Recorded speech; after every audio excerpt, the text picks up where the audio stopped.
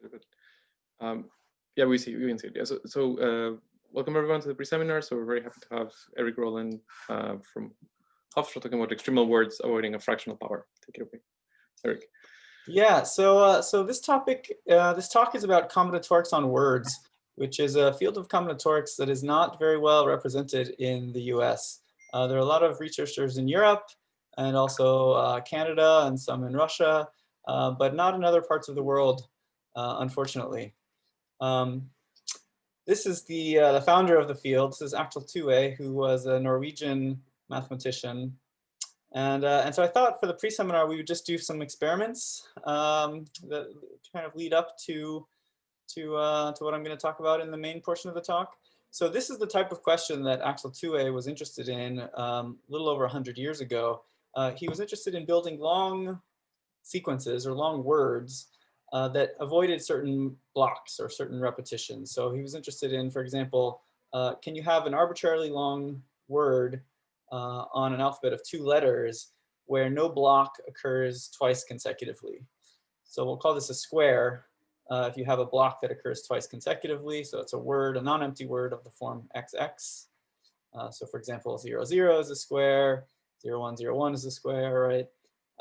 And the question, one basic question is, can you get arbitrarily long square-free words if you're only using 2 letters? So I like to do a lot of things experimentally. So, if you can just try to build one, right? So suppose, what are the choices for the first letter? Well, it doesn't really matter whether you start with a 0 or a 1, right? The alphabet is symmetric. So we might as well try to start with a 0 and try to construct one. So then you can't put a 0 down because that would introduce a square, right? 0, 0 would be a square. So if your first letter is a 0, then the second letter has to be a 1. So now what? What's the next letter? Well, it can't be a 1 because 1, 1 would be a square. So now we have to put down another 0. So far so good, right? We've made it to 3 letters. But what's the next letter? So we can't put a 0 down because 0, 0 would be a square. But we also can't put a 1 down because 0, 1, 0, 1 would be a square. And so we're stuck at this point. 3 is the length of the longest square-free word that we can build over a binary alphabet, right? And if we started with 1 instead of a 0, it would be the same thing, just all the letters would be flipped. So no luck there. So what if we increase the alphabet size? That's a natural thing to do. Can we build an arbitrarily long square-free word with 3 letters? So let's do the same thing. Let's try it. So we can be a little bit more systematic. I mean, we can think of this alphabet as being ordered. So we'll always try to put down a 0 if we can. And if we can't, then we'll try to put down a 1. And then if we can't put down a 0 or a 1, then we'll put down a 2. So we can't put down a 0 next, but we can put down a 1. Now we can put down a 0.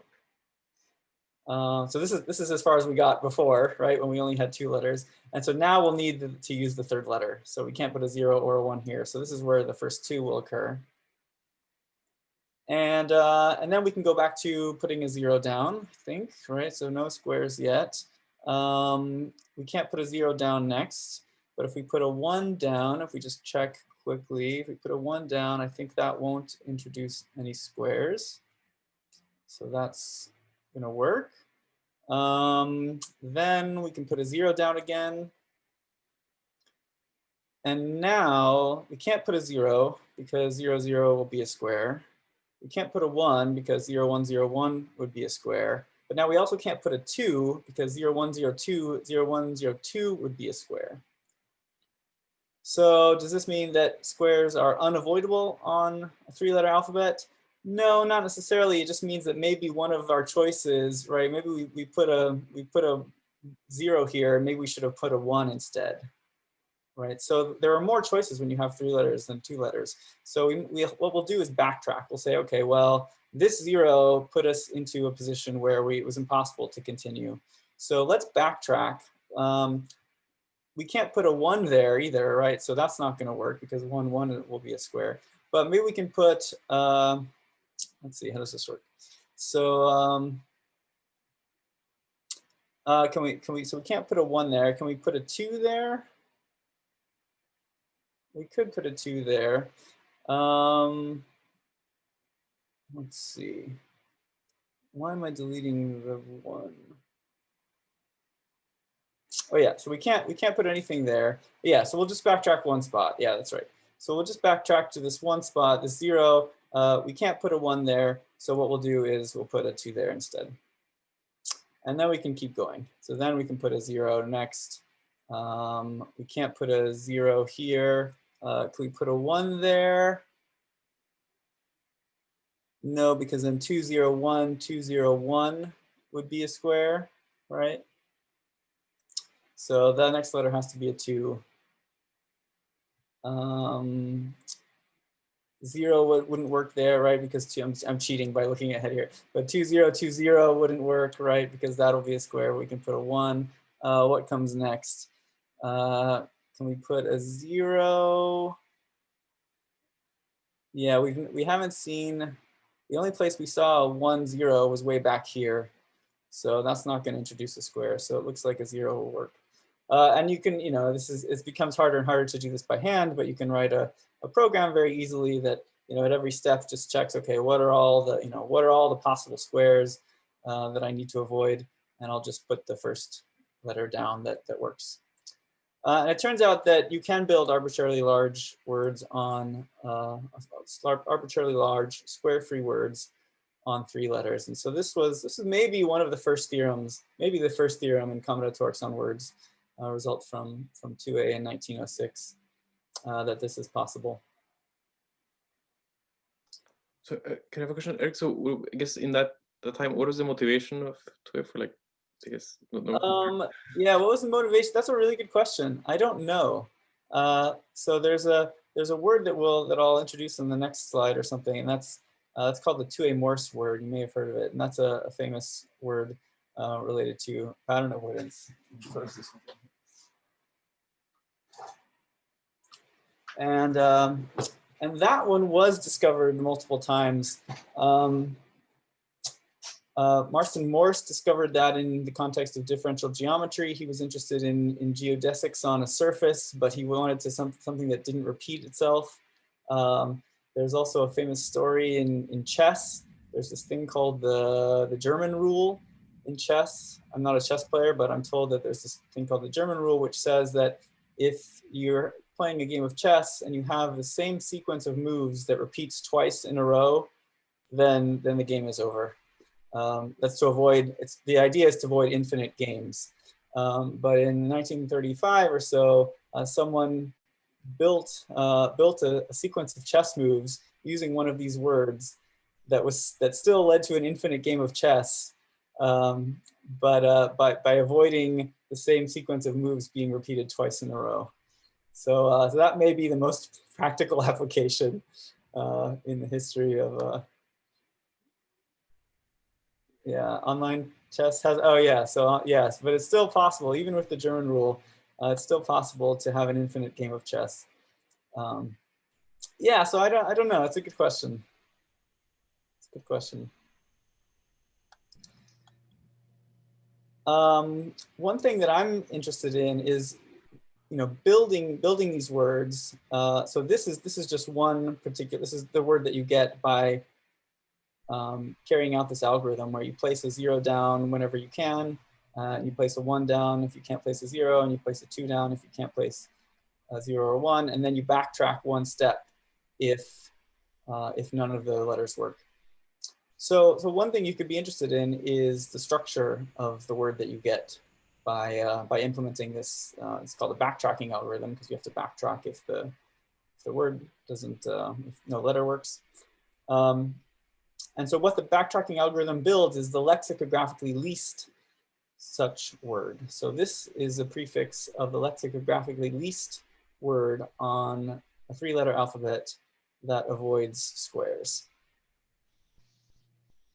And the structure of this word is actually an open problem. No one knows the structure of this word, meaning that we can't just say, oh, there's a formula for the 1 millionth letter or something like that. The best way we know how to compute letters of this word is to actually run the backtracking algorithm to get to the nth letter. But it's even worse than that, because just because you computed 100 letters, right, doesn't mean that later on you're going to have to, you might have to backtrack into those 100 letters might not work in the long term. So once you get out to the 1000th letter, you might have to start backtracking and end up coming back into those first 100 letters and say, okay, well, these weren't quite right. So it's even worse than that. We don't have a bound on the length of the backtracking. So we don't know how, we basically don't have an algorithm for even computing the nth letter of this word because we don't know how long we will have to go out in order to guarantee that any given prefix is actually the prefix in the limit. Is there something known about the number of square free words on 3 letters that are arbitrarily long? And forgetting like isomorphisms? Yeah, so that's a good question. I guess so. I guess there are uncountably many, is my guess.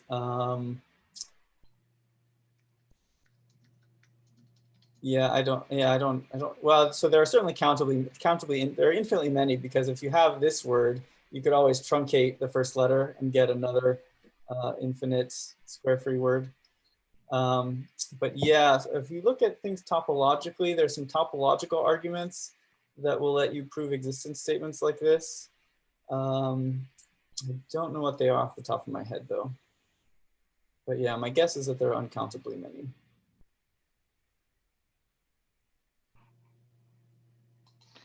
Other questions? I just wanted to ask if, since you mentioned the theorem, is it some sort of diagonal proof like Gödel, since there's no constructive proof, the fact that they exist? You mentioned the topological one, like vaguely, what does it look like? Either any of them, I suppose. Yeah, let's see. So I don't actually know how 2A did it. Actually, I do know how 2A did it. So 2A actually constructed one. So he didn't use a topological argument. So there's a way to construct, not this one. So this one we don't know the structure of. So he didn't construct the lexicographically least square free word on 3 letters, but he did manage to construct a word that was square free on 3 letters.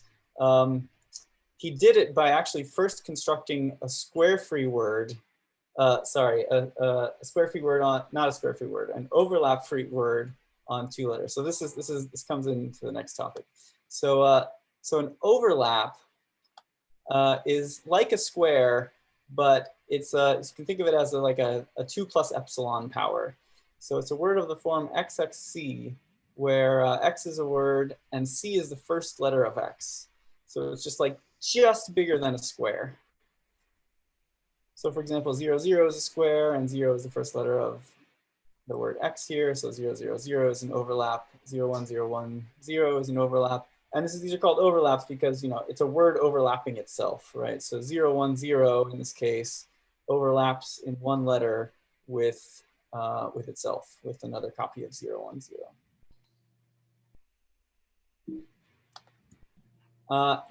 So another result that 2A showed was that even though squares are not avoidable on a binary alphabet, overlaps, which are just slightly more than squares, are avoidable on a binary alphabet. So it's the threshold for being able to avoid squares, we can almost avoid squares. We can avoid overlaps. So and this is a construction that he came up with. So so the 2A Morse morphism, this is the thing that was rediscovered by Morse in differential geometry, and this guy Max Ewa in the context of chess, and another guy Pu He in the context of writing sums of powers. And so this was discovered many times, this word, and it's defined as a morphism on words. It just sends the letter 0 to 0, 1, and the letter 1 to 1, 0. So what do you do with a morphism? You iterate it. So we start with the letter 0, for example. Phi of 0 is 0, 1. And then we apply phi to that. So phi squared of 0 is phi of phi of 0. And so we would just replace each, this first letter 0 with a 0, 1, and this one with a 1, 0. And then phi cubed is phi of this thing. So again, we're going to replace this 0 with 0, 1, this 1 with 1, 0, this one with another 1, 0, and this 0 with 0, 1. And in the limit, so you might notice that each of these words is a prefix of the next one. And I'll explain why that is on the next slide. But in the limit, if this is the case, if each word is a prefix of the next one, then the limit is well defined. And this is an infinite word called the 2A Morse word. And 2A proved that this is overlap free. So this contains squares in it, right? 1, 1 is a square. 1, 0, 1, 1, 0, 1 is another square that appears right here. So this word has lots of squares, but no overlaps, no 2 plus epsilon powers. And from this overlap-free word on 2 letters, he was able to use a clever construction to get a square-free word on 3 letters. I don't remember exactly what the construction is. It's something like you look at pairs of letters here. So maybe you replace each 0, 1 with a letter, and you replace each 1, 0 with another letter, and that won't quite work because then you'll get 4 letters. But it's something like that. It's some clever construction, or maybe it's the length of the ones. Yeah, maybe it's something like you leave all the zeros as zeros, but every time you have a 1, you replace it with a 1, and every time you have 1, 1, you replace it with a 2. So that will give you a word on 3 letters. I don't remember the details, but it's something like that. So you can take this 2A Morse word, which he proved is overlap free, and construct a square free word on 3 letters. So a morphism, yeah, questions. So this phi basically is like you repeat the word, the word, and you flip the zeros and ones. Like, that's another way of describing it. So another way of describing it is to say, well, this word is phi squared of 0 followed by phi squared of 0 where each one or the ones and zeros have been reversed. So yeah, that's a lemma or a proposition that you'd have to prove. It is true about this particular morphism. But the definition is we're just taking 0 and replacing it with 0, 1, 1 replacing it with 1, 0. Yeah, so this 2A Morse word has all sorts of nice properties like that. Another one has to do with reversals. So if you take this word and you reverse it, you reverse the whole thing and flip the zeros and ones, you will get this same word back. That's not true for the even powers. I guess these are going to be palindromes, but for the odd powers, there is this reversal property.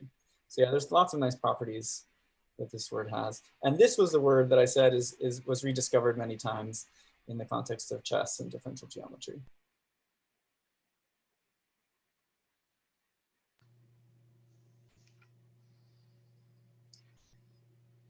Anything else? Other questions? So are we supposed to stop for a few minutes or at some point, or should I just keep going, or what's the? Yeah, we can stop if this is a pre-seminar. We can stop and take a 10-minute break. All right. Yeah. Let me just say one more thing. So this is a general morphism. This is a definition of a morphism. So we have a set sigma. This is what we're thinking of as the alphabet.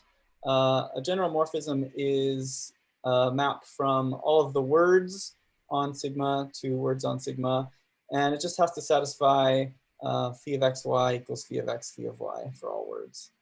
And so what this means is it's enough to define it on the letters of the alphabet, because then it extends to all the words. And if you have a letter C such that the image of C begins with C, that's what lets you, when you iterate, you end up building words where each word is a prefix of the next. So phi of C is CX, then when we apply phi to that, we're going to get a cx again from the c, and then a phi of x. And then this is going to keep extending, basically. So we'll get cx, phi of x, c squared of x, phi cubed of x. And if x is non-empty, and if, it could be, something weird could happen, like phi could delete letters, phi of the letter E might be the empty word or something like that. But if nothing like that happens, then this is actually going to be an infinite word, and it's going to be a fixed point of phi. So maybe that's a good place to take a break. Thank you very much. Can I? Sorry. Let's thank Eric. And are there any questions? I just wanted, so when you mentioned that morphisms that satisfy this thing that phi of c starts with c, so this doesn't mean that any sort of word, its image will start with itself. You need to have words that appear as images of this procedure, right? So like in the previous slide, if you have phi on 0, 1, 0, that's not going to start with 0, 1, 0, right? Yeah, so if we define this to be, you're saying phi of 0 is going to be 0, 1, 0? No, I'm saying what is the phi of the word 0, 1, 0? Oh. It's not going to start with 0 and 0, right? Right. No, not necessarily. Yeah. So you want to start with C. Right. It doesn't mean that every word is going to be a prefix of its image.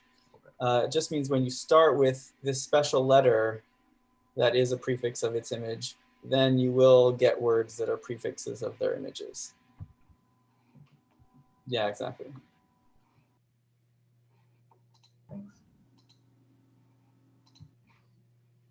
Okay, if maybe there are no other questions, maybe just take a break and and then we can resume in 6 minutes. Thank you. Yeah, thanks.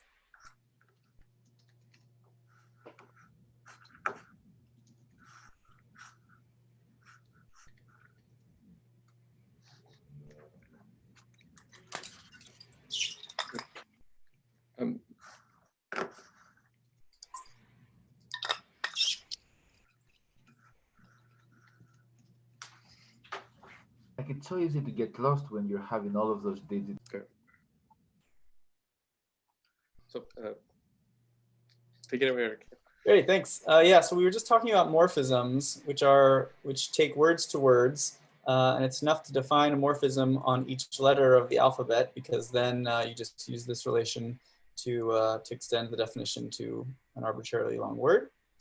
There's just one more definition in terms of morphisms that I want to talk about, and that's morphism is called K-uniform if the image of each letter has length K. And so, for example, the 2A morphism, which we just looked at in the pre-seminar, is 2 uniform. So it maps 0 to the word 0, 1, which has length 2, and maps 1 to the word 1, 0, which has length 2. And the nice thing about uniform morphisms is that the structure of the words that they generate really reflect the base K representations of integers. So what do I mean by that? Let's look at the 2A Morse word again. So this is the fixed point of this morphism here. And if we let WI be the ith letter of this word, so we're gonna start indexing from 0 here. Here's a table of the first 8 letters of the word in the right column. Here's I, and this is the base 2 representation of I.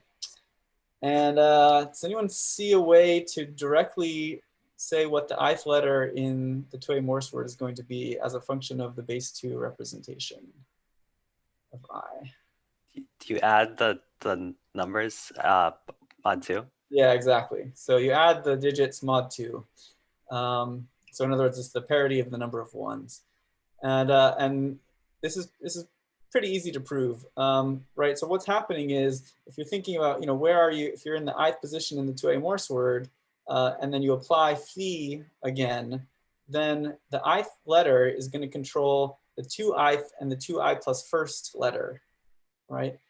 And so so it's a quick induction to argue that, okay, well, if WI is the sum of the digits mod 2, then if that's a 0, meaning we're if we have an even number of ones, then what are the base 2 expansions of 2i and 2i plus 1 going to look like? Well, 2i is just going to add a 0, append a 0 to the end of the base 2 representation of I. So the number of ones isn't going to change. And 2i plus 1 is going to add a 1 at the end of the base 2 representation. So the number of ones will, the parity of the number of ones will change. So we can see that exactly here, right? Phi of I, phi of 0 gets replaced with 0, 1. So this letter has the same value as this letter, right? If I has an even number of ones in its base 2 representation, then 2i will as well. And 2i plus 1 will have an odd number. On the other hand, if we have an odd number of ones in the base 2 representation of I, then 2i will also have an odd number, and 2i plus 1 will have an even number. So using this, you can build recurrences for letters in fixed points of uniform morphisms that really sort of recurse on the base k representation, or in this case, the base 2 representation of I, of the index. Okay, so we've been looking so far in the pre-seminar at words on a finite alphabet. What I want to do for the rest of the talk is look at lexicographically least words on an infinite alphabet. And one advantage here is that you never have to backtrack, right? Any letter you put down, you'll never have to backtrack into that letter, because there's always a new letter that you haven't used yet, right? If you've used the letters 0 through 10, suppose you can't put any letters of letter 0 through 10 down, you can always put an 11 down. So we'll never have to backtrack, and that makes the structure of these words simpler, but still plenty interesting. So what is the lexicographically least square free word on the alphabet of non-negative integers? So again, we can start with a 0. We can make it this far, right, using only 2 letters. That's what we saw. Then we need a third letter. We need the letter 2, but then we can make it a few more letters. And at this point, on a 3-letter alphabet, we had to stop. We had to say, well, we can't put a 0 or a 1 or a 2 here. So that's where we backtracked. But if we're allowing ourselves an infinite alphabet, then we can put a 3. And we don't have to backtrack. We can just keep going. So this is a prefix of the lexicographically least square free word on the non-negative integers. This is also called the ruler sequence. Because if you plot it, it sort of looks like the tick marks on a ruler. And this was a result of a paper in 2009 by Mathieu Guay-Paquet and Jeff Shallett. They showed that this word is generated by this morphism. So now, since we're working on an infinite alphabet, we need to say what the morphism does on every letter in the infinite alphabet. So it'll just be a function of n. So for every natural number n, we're going to let phi of n get mapped to 0, followed by n plus 1. And this will have a fixed point because phi of 0 starts with a 0. So we'll be able to iterate starting from 0. And this is the least square free word. So here are the first few iterations. Phi of 0 is 0, 1. And then when we apply phi to 0, 1, the 0 will get replaced by 0, 1, and the 1 will get replaced by 0, 2. And then on the next iteration, 2 gets replaced by 0, 3. So on the nth iteration, the word will end with the letter n. And this is a 2 uniform morphism, right? The image of each word has length 2. So the structure of this word will also reflect the base 2 representation of n. And this isn't all they showed in this paper. They actually looked at the lexicographically least cube free word and 4th power free word. And the morphisms that describe them are actually very similar.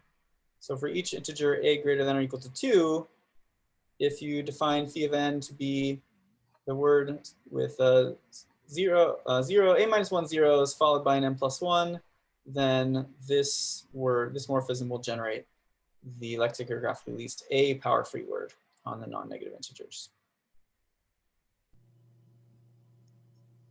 And the other thing they looked at in this paper, that was sort of the introduction of that paper. The bulk of the paper is about the lexicographically least overlap-free words. So remember, an overlap is a word of the form XXC, where X is a word and C is the first letter of X. And this word turns out to be much more complicated. So here is a prefix. It's very hard to see the structure of this. My guess is that they looked at the first occurrence of 2, which is right here, and the first occurrence of 3, and the first occurrence of 4, which is not on the screen, and guessed a recurrence for the positions where the first occurrence of the letter I appears, and that's how they were able to figure it out. So the right way to do it is to it turns out that you want to break it into blocks like this, and then let phi of 0 be this first block, 0, 0, 1. Then we have another phi of 0 here. Phi of 1 is going to be this block, and phi of 2 is going to be this big block out here. And then what you can see is at least this seems to be a fixed point of the word. Right here we have phi of 0, 0, 1, 0, 0, 1, 1, 0, 0, and that's the word itself. To actually define what the morphism is, we'll introduce the sigma as the right shift. So this just takes a finite word and cycles the last letter to the front. And so this is the morphism that generates this word. It's obviously a non-uniform morphism, right? Because phi of 0 has length 3, phi of 1 has length 7, etc. But here's the definition. So phi of n is going to be the word obtained by taking 0, 0, applying phi n times to that word, cycling one letter to the right, and then appending n plus 1. So for example, when n is 0, we're going to apply phi 0 times to 0, 0. So that's just the word 0, 0. Cycling that once gives you the word 0, 0 still, and then appending 1 gives you this 0, 0, 1. And then let's just look at phi of 1. Phi of 1, we're going to apply phi once to 0, 0. So that'll be the word 0, 1, 0, 0, 1, 0, 0, 1. We'll cycle the rightmost 1 to the front of the word. So that'll be 1, 0, 0, 1, 0, 0, and then append a 2. So then we get 1, 0, 0, 1, 0, 0, 2. So here are the first 2 iterations. The third one, I think, is this word itself. So this is a much more complicated word, in my opinion. The morphism isn't uniform, so not all letters have the same length. And also you have to sort of define the morphism recursively. And so you wouldn't expect there to be a recurrence that's as simple for the letters of this word as you would for a word that's generated by a uniform morphism, right? There's no obvious base. You can't say, oh, well, this morphism reflects the base 3 structures of the integers, because not all letters get mapped to a word of length 3. Okay, my contribution starts coming into play here. So we looked at fractional powers. So if overlaps are like a little bit more than a square, fractional powers are sort of larger repetitions. So for example, 0, 1, 2, 2, 0 is a 5/4 power, because it consists of this word 0, 1, 2, 2 followed by its first fourth. And 0, 1, 1, 1, 0, 1 is a 3/2 power, because it consists of the word 0, 1, 1, 1 followed by its first half. So it's like a 1 plus half. This is a 1 plus a quarter. So here's the definition of an A over B power. W is an A over B power if you can write it as xy, xy, xy, xy, where xy repeats e times for some integer e, followed by an x, where the ratio of the lengths of w and xy is equal to A over B. So for example, in this 3/2 power word, the x would be 0, 1, the y would be 1, 1, and so here we have another x at the end, right? So that's x, y, x. And the length of the word is 6 relative to the word xy, which has length 4. So 6 over 4 is 3/2. So all 3/2 powers look like this. They look like x, y, x, where the length of y is equal to the length of x. Whereas 5/4 powers look like xyx, where y is 3 times the length of x, because then this whole thing will have length 5x, 5 times the length of x, and xy will have the length 4 times the length of x. So these two rational numbers I'm going to talk about in particular. 3/2 was just the first word we looked at because it's the simplest rational number, right? We want a over b to be greater than 1 because otherwise, you know, anything would be like a 1/2 power. Anything is a half of another word, right? So we want a over b to be bigger than 1, so that actually makes sense. And this is the main object we were interested in, the lexicographically least a over b power free word on the non-negative integers. So here it is. We can play the same game one last time. So we can put a 0 down first. So now we're avoiding 3/2 powers. We can put a 0 down next. We can't put a 0 down now because 0, 0, 0 is 0, 0 to the 3/2, right? 0, 0 followed by its first half. But we can put a 1. We can't put a 0 because 0, 1, 0 would be a 3/2 power. But we can put a 1. Now we can put a 0, I think. And can we put a 0 here? No, because then the whole word would be a 3/2 power, right? 0, 0, 1, 1, 0, 0. We can't put a 1 because 1, 0, 1 would be a 3/2 power. So we have to put a 2. And this is what the word looks like at the beginning. If you stare at this word for a while, you'll start to see some structure. The letters that are not 1s and 2s, no, sorry, not 0s and 1s, appear every 6 positions. So it might make sense to write this word using blocks of length 6. And then you see some other things, which is that the first few columns are periodic or constant in the case of this column and this column. This is another way of writing this. So I mentioned that I was going to have a different way of drawing words. So here I'm coloring each 0 with a white square and each 1 with a light gray square and each 2 with a slightly darker gray square, etc. So you can see the structure of this word a little bit better. The one last thing to point out is that if you wanted a formula or recurrence for the nth letter of this word, the first 5 columns are great, right? They're just periodic.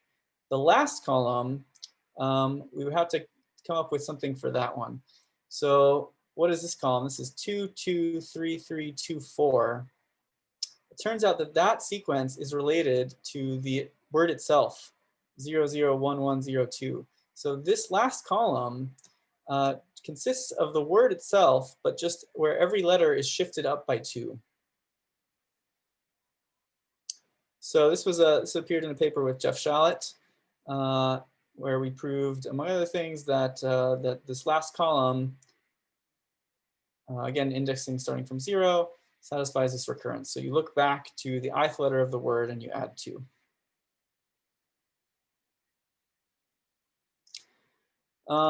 So this is maybe not so relevant for this crowd, but in combinatorics on words, it's more common to avoid not just 3/2 powers, but 3/2 and all greater powers.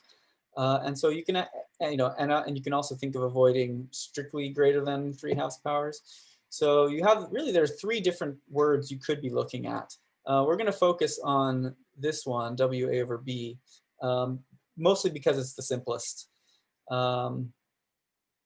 So we've already seen one of these, strictly greater than 2 powers that's exactly what an overlap is, right? An overlap is a square followed by the first letter of the word X. So every power that's greater than or that's strictly greater than 2 contains an overlap. So this word, this is the one that was generated by a non-uniform morphism where we had to do the right shifting and all this stuff. So that was a fairly complicated word.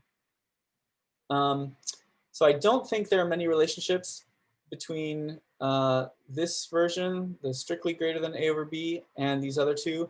But these other 2 do seem to be related, at least in a couple cases that we've looked at.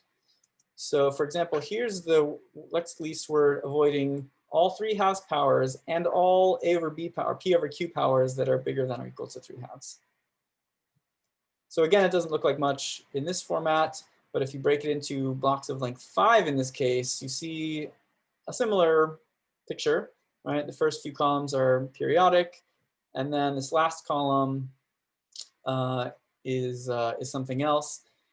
You might think, okay, well, maybe this last column is going to be related to the word itself, just like the other word was, but it's actually not related to this word. It's related to W3 halves, the word that avoids exactly the 3 half powers.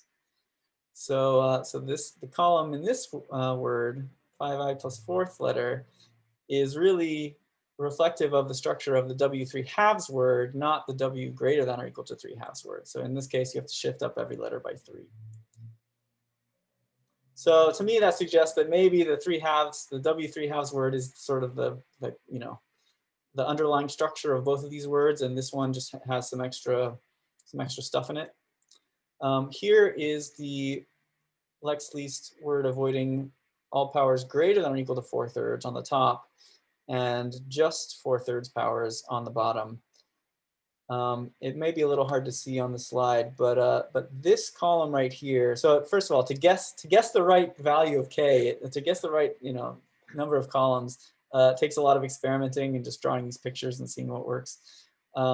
This one is pretty, jumps out at you once you have it. This is 56 columns because all of the columns end up being constant except for one of them. This one is not so clear cut. This one, these columns are eventually periodic. But if you look at this column over here, this is 336 columns.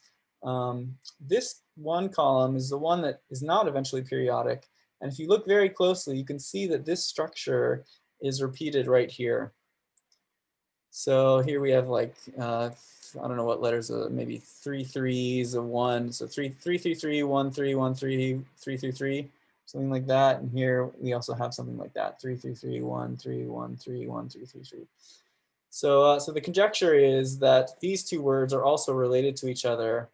Again, the simpler one seems to be the W A over B, not the W greater than or equal to A over B. And this is a conjecture because we haven't actually proved the structure of this word on the top. We did establish rigorously the structure of the W 4/3, but not this one on the top. So I think there, the natural question is a relationship like this going to appear for lots of other words, for lots of other rational numbers, and we don't know. But for now, I'm just going to focus on WA over B. So, and these can get pretty crazy. I guess first I should say, what happens if the rational number is very large? So, and very large in this case means bigger than 2. So W5 halves, for example, is this word. This word turns out to look very similar to the word W5, which is the Lex least word avoiding 5th powers. So this was covered in the first paper I talked about from 2009, all right, where they established the structure of all of the A power free words for integers A greater than or equal to 2. So it turns out that the 5 halves power free word is the same as the 5 power free word. And this is a general phenomenon. If you have a rational number bigger than or equal to 2, then the Lex least A over B power free word is the same as the A power free word, which is great because then we don't have to worry about any of the rationals bigger than 2. And of course, there's still infinitely many rationals in the interval 1 to 2, but psychologically somehow it's satisfying that we don't have to worry about all these larger rational numbers. The proof of this is not too hard. This is just one direction. The other one is slightly more complicated. So the proof goes like this. This is an A power, right? If V is any word, then V to the A is an A power. But that's also an A over B power, right? It's V to the B to the A over B. What is WA over B? WA over B is the Lex least A over B power free word. But if every A power is an A over B power, then WA over B is also A power free.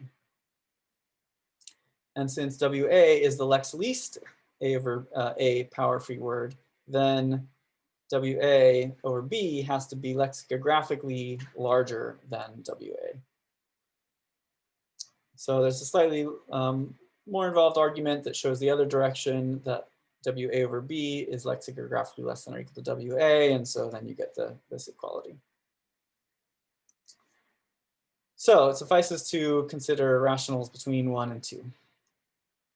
So, So sorry, I'll yeah. Oh, I have a question. So then, do we understand? Is it understood like what WA is for bigger integers? Maybe I missed that. Yeah. So that's back. We can go back to that. That's that was a result. Yeah, I didn't put it in a theorem statement, but yeah, this is this right here. So this is the morphism that will generate that word. So it'll generate W sub A, which means it'll also generate W A over B as long as A over B is bigger than 2. Yeah. Yeah, so this result is maybe more powerful than they thought. They thought they were just handling integer powers, but it actually handles most, in some sense, fractional powers as well. Okay, so we don't have that much time left, so I'll just tell you. I'll just give you a survey of some of the behavior that can occur here. So this is W8/5. This kind of gives you an idea of what you look like, of what it looks like when you don't know the right number of columns yet. So this is just partitioned into blocks of size 100 into 100 columns, but this is not the right block size. It turns out the right block size is 733. So why 733? Well, we proved it. So we have a proof, but there's no deeper understanding in some sense why it's 733. This is part of the mystery of this project, is that we have these theorems that some of these theorems we can fit into a theory, but we don't have a grand theory for all this stuff. So here's the particular 733 uniform morphism. It's some word on 0s, 1s, and 2s, and then at the end it increments n by 2. And you can see this very last column on the right. That's where the sequence itself is appearing in a self-similar way. So this column should be the entire word itself, but just where every letter is increased by 2. So that's 8/5. 7/4 is even worse. So here the right number is 50,847. And to even guess this, you have to compute several 100,000 terms of these words, which of course your computer is happy to do. But then you actually have to look at them and figure out what the structure is. So this picture is the word broken up into blocks of length 50,847, but then that picture is line wrapped 50 times or something like that to fit it all on the page. So there's some 50,847 uniform morphism such that its fixed point gives this word. Here's 6/5. This shows something a little bit new, which is that there's a region, a transient region. There's a bunch of rows at the beginning before it finally settles down into its eventual behavior. So the self-similar column is over here towards the right. So there's a transient region, but we can handle that with a morphism just by introducing a new letter 0 prime. And then this is what's called decoding. It's just going to take 0 prime and call it and rename it as 0 at the end and leave all the integers untouched. So so the theorem here is that there were 2 words of length 1,000. Oh yeah, so this is broken up into 1,001 columns. U has length 1,000 and V has length 29,000. Such that if we start iterating this particular morphism from 0 prime, we will get an infinite fixed point in the limit whose first letter is 0 prime, and then afterwards it has integer letters, and then this tau just says, okay, rename this 0 prime to a 0. So that's how you can build in these transients. And so maybe maybe what we should be thinking of these things as sort of dynamic systems, right? So maybe there's like an attractor to this state, and it just takes a while for the system to find its eventual behavior. Here's another one. This is 27/23. So here the right block size turns out to be 353.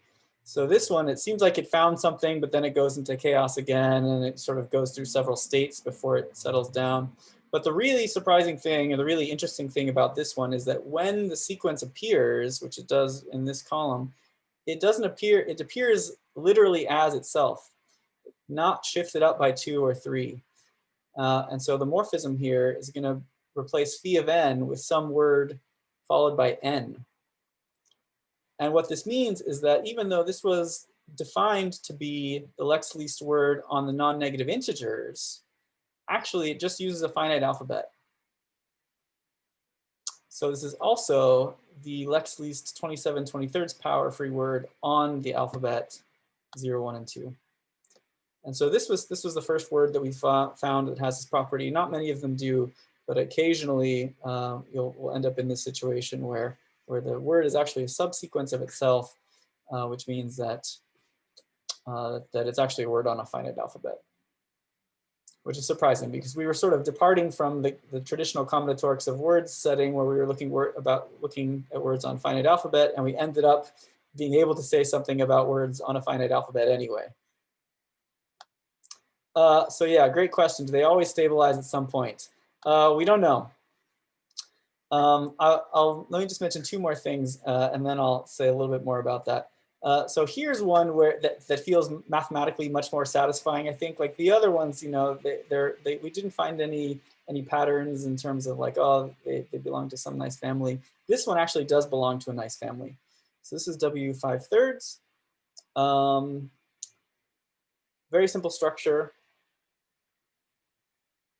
This last column here is just the word itself, but where every letter is shifted up by 1. And here's the uniform morphism that generates this sequence, this word. And it turns out that there's a whole family related to these. So all of these rational numbers have very similar pictures. And so this is like a nice theorem you can prove, you know, without computers. You can prove it by hand. You know, it covers infinitely many of these words. So as long as you have any rational number where A and B are relatively prime, and A over B is between 5/3 and 2, and the denominator is odd, then the lex least A over B power free word is generated by this morphism, which is, you know, again, very simple, just a bunch of zeros followed by a 1 and some more zeros and n plus 1. So we found a couple families like this. They get more complicated. This was the simplest one we found. The morphisms are a little bit more complicated, and some of the conditions are more complicated than this. But there is some nice math here, in addition to all these sort of sporadic cases. Here's just a table showing you some of the sporadic cases. It doesn't tell you the whole picture, right? So 5/3 and 9/5, those belong to that nice family. So those we could sort of take out of this table and say, okay, that belongs to this theorem. But the other ones are just all over the place. So you know, we saw this one 7/4. The value of k was 50,000. That's the size of the morphism. And we don't know whether they all stabilize. So for example, 11/6, we don't have any conjecture about this word. So yeah, so that's the main open question that we have, is that no matter what A over B you choose, does it arise from some morphism? The most recent one we looked at was 5/4, and it turns out it does. It's much more complicated than the others. So this is a recurrence, and this is the first word where this recurrence had this extra had a non-zero value of s here. So that took a lot of effort to work out. Anyway, we're over time, so I'll stop there. But yeah, this sort of gives you an idea of the state of things. Thank you, Eric. Yeah, thanks everybody for attending. Are there any questions for Eric? I guess I was wondering, do you ever look at densities of particular subwords and see, I mean, either among like free words or when you have a finite alphabet among all words that are square free, like if there are certain inequalities that hold that involve the subword densities? Does that make sense? Yeah, so I don't know about densities. That's a good question. I mean, people are interested in, say, the number of square free words of length n on a 3-letter alphabet or something like that. Yeah, so that is an active. We don't know. I don't think we know the sharp. I mean, there are upper and lower bounds, but I don't think we know the asymptotic value of that number. In terms of subword densities, yeah, that's a great question. I don't know. I don't know the answer to that. Other questions for Eric?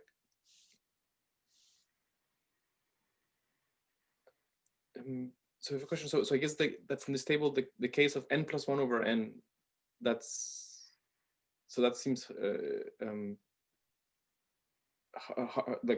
that seemed hard, right? Like this kind of first fraction beginning. Yeah, so one of the things we found is that the closer the rational number gets to 1, the harder it is to understand the structure, right? So this theorem that we have, it was sort of far away from 1. It's okay, right? Close to 2, as long as the denominator is odd, we're good. Yeah, the closer you get to 1, the harder it is to understand the structure.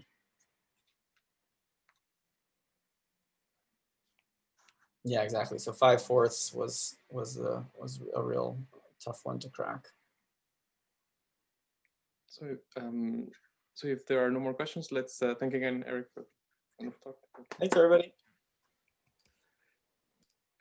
And we have the next week we have the last seminar of the fall. So we have around same time, right, Laura? Yeah. Yes, at the same time. Okay. Have a good one, everyone.